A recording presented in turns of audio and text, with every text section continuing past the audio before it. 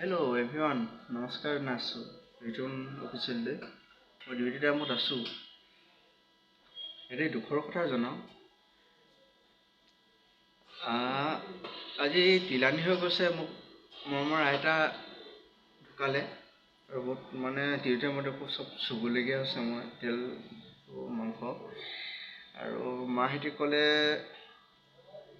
বোলে তই নাতিয়ে খে আৰু তই সকলো চুব পাৰিবি। মই কিন্তু নুচুওঁ। কিয় নুচুওঁ আপোনালোকে গম পায়। ঘৰৰ মানুহ যে সেইবোৰ প্ৰব্লেম হৈছে। মৃত্যু মানুহ হোৱাতে মই এইবোৰ চব সকলো কাম কৰিলোহেঁতেন আৰু চুব পাৰিলোহেঁতেন আৰু দুখতে আছোঁ।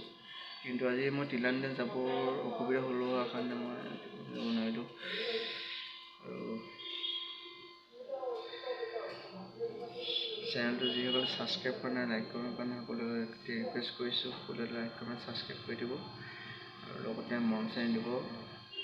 আজি এদিন হৈ গৈছে ৰিদীপদাৰ ইটো সিটো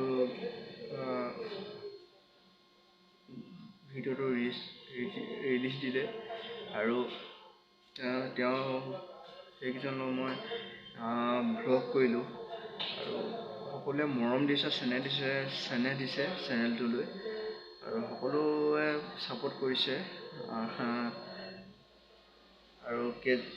আৰু কেইদিন 7 মাহৰ পাছতে মই ভাবিছোঁ নলবাৰী গৈ মই ডিম্পুদাৰ লগত এটি ভ্লগ কৰিম বুলি